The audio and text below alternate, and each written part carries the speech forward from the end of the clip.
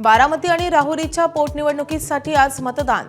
बारामतीत 22 उमेदवार रिंगणात, पण सुनेत्रा पवारांचंच पारडं जड। राहुरीत अक्षय कर्डिले आणि गोविंद मोकाटे यांच्यात लढत। पश्चिम बंगालसह तामिळनाडूत विधानसभा निवडणुकांसाठी मतदान। बंगालमध्ये पहिला टप्पा तर तामिळनाडूत होणार सरसकट मतदान। बंगालचा दुसरा टप्पा होणार 29 एप्रिलला।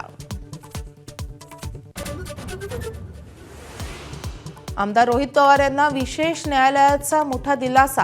शिखर बँकेच्या कथित घोटाळा प्रकरणात आरोपमुक्त, सत्य लपवू शकत नाही रोहित पवारांची प्रतिक्रिया।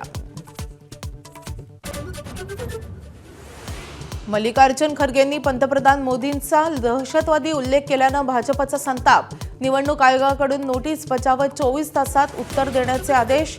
जितकी चिखलफेक कराल तितकं कमळ फुलणार, अमित शहांनी सुनावलं। राज्यातील सरकारी कर्मचाऱ्यांच्या संपाचा तिसरा दिवस।